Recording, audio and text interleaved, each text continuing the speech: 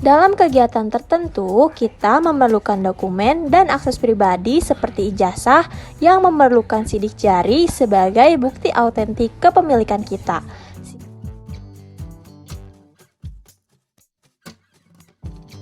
Sidik jari digunakan untuk identitas pribadi, karena setiap orang memiliki sidik jari yang berbeda-beda loh, sehingga dapat membedakan dokumen masing-masing individu. Kira-kira kenapa ya sidik jari setiap orang bisa berbeda? Ternyata sidik jari dipengaruhi oleh materi genetik yang ada di dalam tubuh kita. Jadi, pada video kali ini kita akan membahas mengenai materi genetik. Simak terus videonya ya. Materi genetik yang ada di dalam tubuh kita itu apa saja sih? Mungkin teman-teman penasaran kan? Apa aja? Mari kita simak videonya. Materi genetik yang ada di dalam tubuh kita terdiri dari yang pertama, kromosom, DNA, RNA, gen, dan sintesis protein. Nah, kita akan membahasnya satu persatu. Yang akan kita bahas pertama yaitu kromosom. Kromosom ditemukan di dalam nukleus atau inti sel. Kromosom merupakan kumpulan kromatin atau benang-benang halus yang menebal dan memendek. Ketika sel akan membelah, benang kromatin menebal dan memendek. Lebih mudah menyerap zat warna sehingga dapat dilihat dengan mikroskop. Benang kromatin yang menebal dan memendek ini disebut dengan kromosom. Kromosom terdiri atas asam nukleat berupa DNA dan RNA, juga protein. Kromosom memiliki panjang yang berbeda-beda, berkisar antara 0,2 sampai 50 mikron, dan memiliki diameter sebesar 0,2 sampai 20 mikron.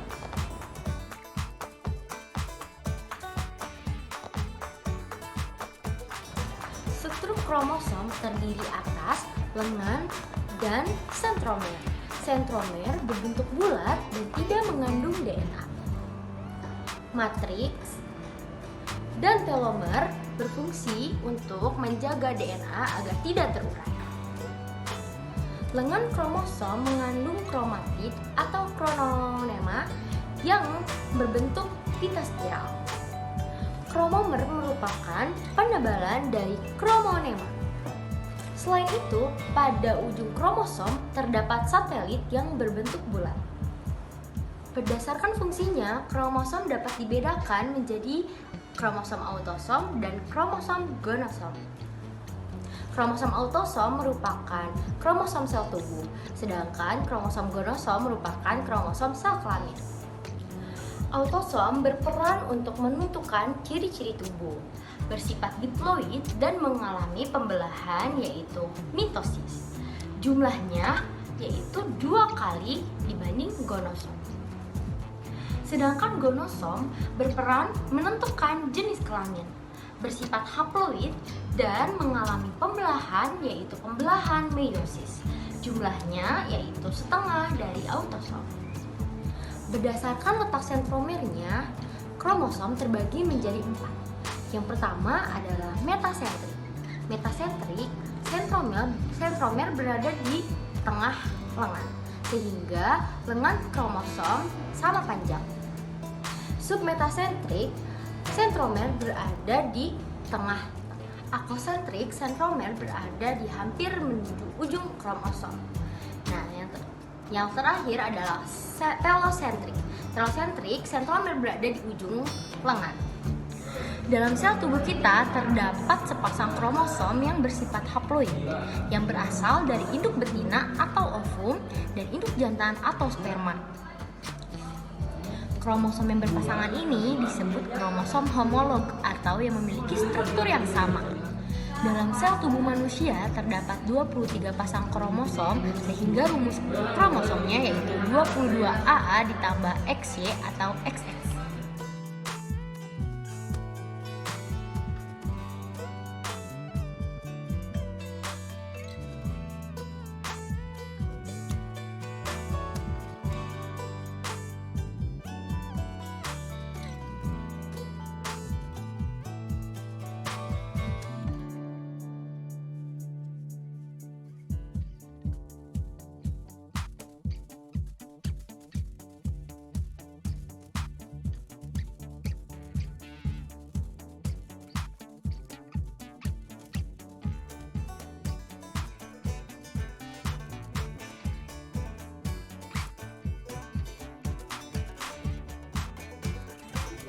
Selanjutnya, ada gen. Gen merupakan unit terkecil dari suatu makhluk hidup yang mempunyai substansi hereditas. Gen terletak di suatu lokus kromosom.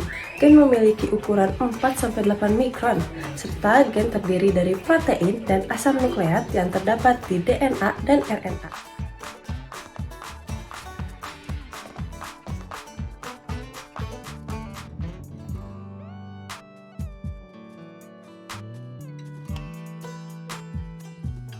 Kromosom.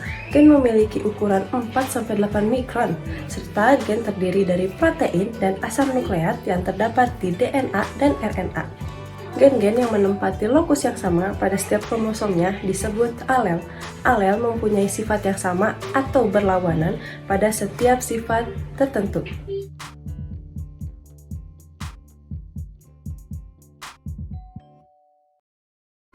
Selanjutnya ada sifat gen. Gen mempunyai 6 sifat yang berbeda loh. Yang pertama, gen mengandung informasi genetik. Yang kedua, setiap gen mempunyai tugas dan fungsi yang berbeda loh. Yang ketiga, pada pembelahan mitosis dan meiosis, gen dapat melakukan pembelahan duplikasi. Yang keempat, gen ditentukan oleh susunan kombinasi base nitrogen. Yang kelima, berperan menyampaikan informasi genetik dari induk kepada anaknya. Dan yang keenam, dapat mengatur metabolisme dan perkembangan. Materi genetik yang ketiga ada DNA atau deoksiribonukleat acid. DNA sendiri merupakan materi genetik yang diwarisi oleh organisme dari induknya. Nah, DNA berupa double helix atau rantai ganda.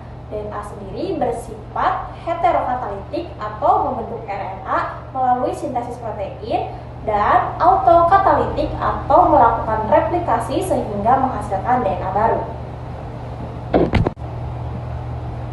Struktur DNA. DNA tersusun atas banyak nukleotida sehingga disebut dengan polinukleotida.